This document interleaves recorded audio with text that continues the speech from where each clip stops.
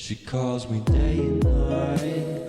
I'm sorry, girl, you just don't make me feel right. I never meant to make you cry, you were right. Just leave me be, I'm not gonna put up a fight. And every time you wake up feeling worse, and then you check the time. It's never what it. Assalamualaikum warahmatullahi wabarakatuh.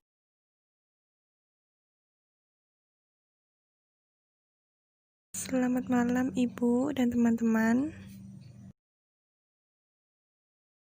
Mohon maaf sebelumnya jika kami mengganggu waktunya. Terima kasih banyak karena Ibu telah meluangkan waktunya untuk kami. Kalau boleh tahu, namanya Ibu siapa nggih? Ya, saya tutup biar nggak terganggu. Iya. Saya Dr. Gigi Indrayanti. Nama saya Genteng, Banyuwangi. Iya. Punya pekerjaan yang lain selain Dokter Gigi, punya usaha catering juga. Iya. Tapi usaha cateringnya punyanya bukan punya saya, punyanya ibu. Tapi saya membantu. Iya. Oh. Perkenalkan, kami mahasiswa dari Politeknik Negeri Jember, jurusan Kesehatan, program studi gizi klinik. Jadi begini Ibu, kami ingin mewawancarai usaha cateringnya Ibu. Boleh. Apakah Ibu sudah siap? Jawabnya sebisanya ya. Iya. Iya, Bu. Iya Bu. Langsung saja ya Bu ke pertanyaan yang pertama. Boleh, enggak. Pertanyaan yang pertama, apa nama usaha cateringnya Ibu? Namanya catering, Masa Catering namanya. Iya. Masa Catering. Iya. Dengar nggak? Iya, dengar Ya. Bu. Beneran, Bu.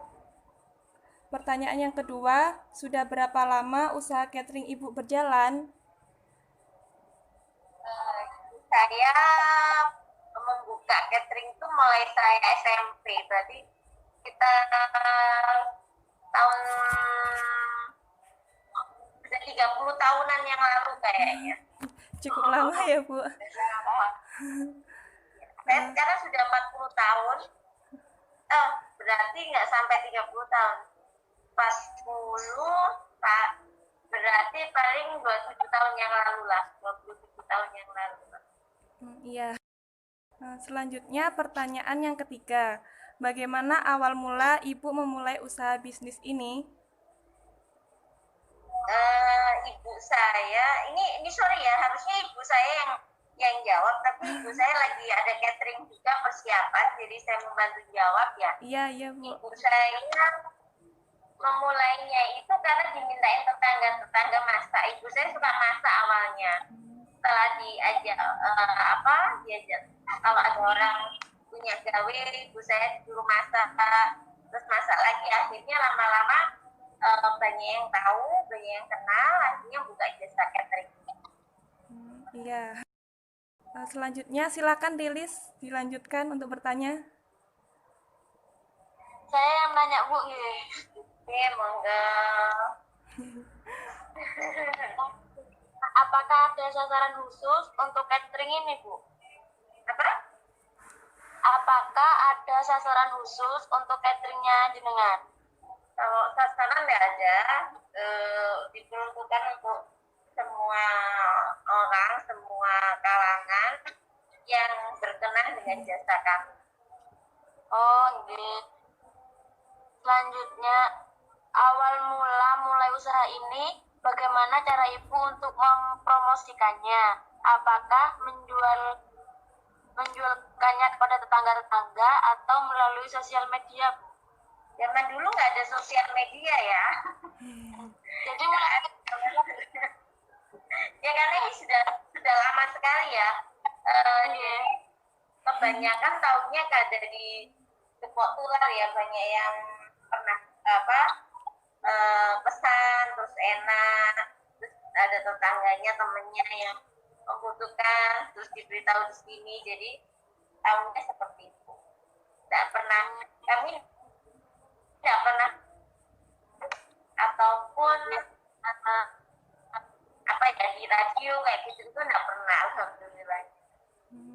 Kepotular ya. Namanya apa ya? Kepotular lah, banyak yang tahu dari teman ke teman, saudara ke saudara kayak gitu. Oh iya Bu. Setelah berapa lama usaha ini didapat? Setelah berapa lama usaha berjalan dan apakah ibu bisa kembali modal? Alhamdulillah. Insya Allah sudah balik modal.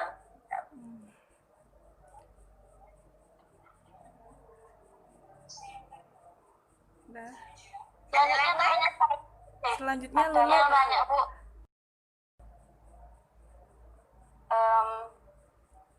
Biasanya paling Mbak banyak siapa itu ini? Mbak Lulu. saya Lulu. Mbak Lulu. Ya, monggo Mbak Lulu.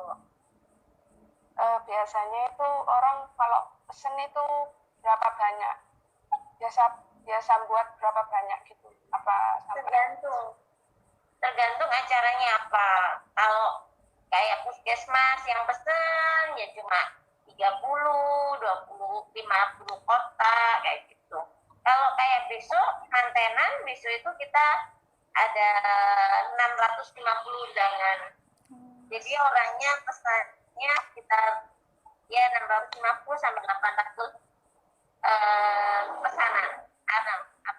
Porsi jantung. Ya. Terus berapa orang yang ikut bantu usaha itu? Biasanya yang ikut bantu. Kalau full tim lagi kayak waktu sebelum pandemi sehari bisa cateringan di 3 tempat manten kayak gitu bisa 40 orang, 30 sampai 40 orang. Tapi kalau hari biasa paling di rumah itu selalu ada 4 sampai 5 orang yang membuat. Ya. Terus apa yang membuat usaha ibu itu diminati orang? Terus apa karena harganya lumayan terjangkau, terus porsinya pas, atau ada misal tanpa pakai MSG gitu? Apa ya? Mungkin menjaga mutu. Jadi kalau orang jual jasa itu yang paling penting kepuasan pelanggan. Jadi apapun yang diminta pelanggan kita bisa menyiapkan, menyediakan, membuat mereka tenang dan puas. Mungkin dari itulah kalau kita penjual jasa itu yang wajib kita lakukan. Jadi kalau mereka puas kan mereka menyampaikan ke yang lain. Kalau menyampaikan ke yang lain, otomatis yang lain jadi pesan juga ke kita. Terus biasanya menu apa aja yang ada di catering itu? Apa? Menu yang biasa disediakan. Wah, menunya macam-macam tergantung pesanan apa, mintanya apa, kami insya Allah menyiapkan semuanya. Okay. Selanjutnya Menunya banyak.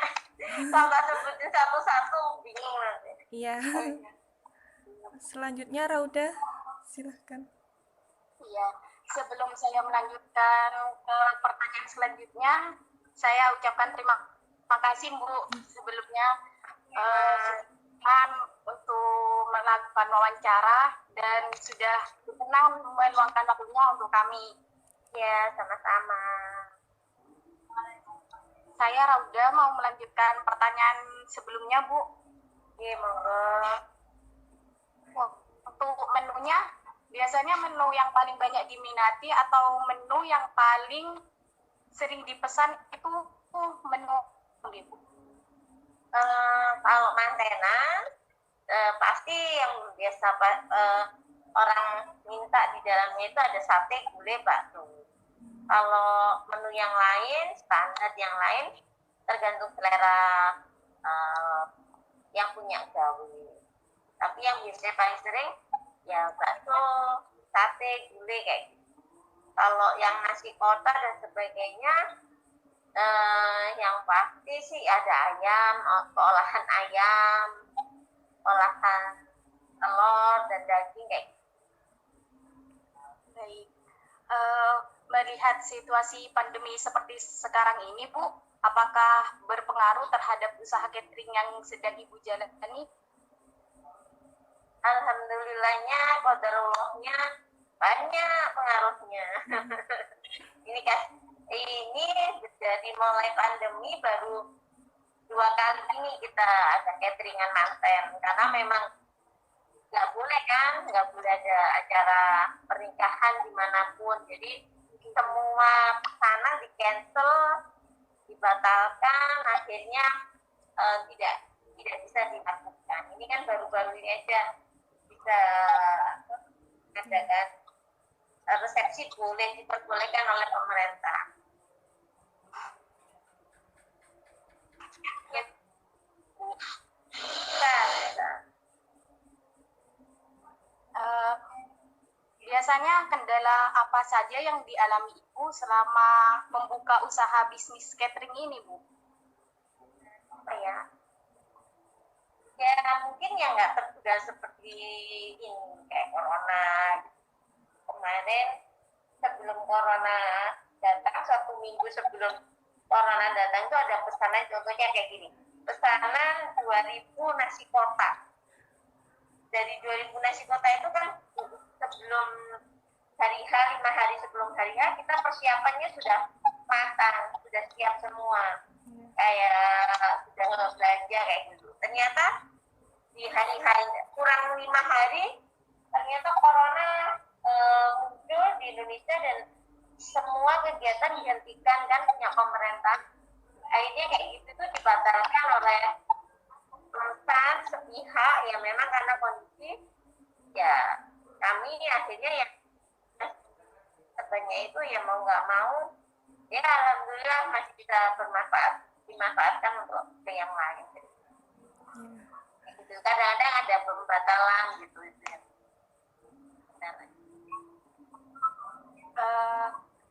Untuk kiat-kiat khusus, apakah dalam pembangunan bisnis saat ini Ibu ada semacam kiat-kiat khusus supaya bisnis catering Ibu lebih berkembang dan tambah berkembang?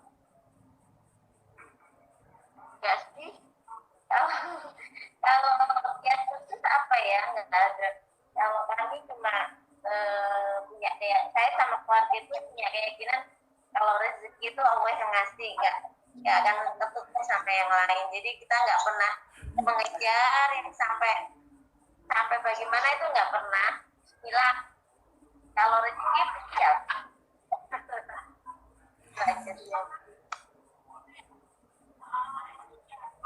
Ada tambahan, Rek? Sudah. Sudah, Bu. Sudah. Oke. Ya, sama-sama. Saya doakan semoga semuanya sukses. Amin. Berjalan baik. Amin. Ilmunya barokah. Yang penting ilmunya barokah ya. Oke. Semoga ilmunya barokah dunia dan akhirat.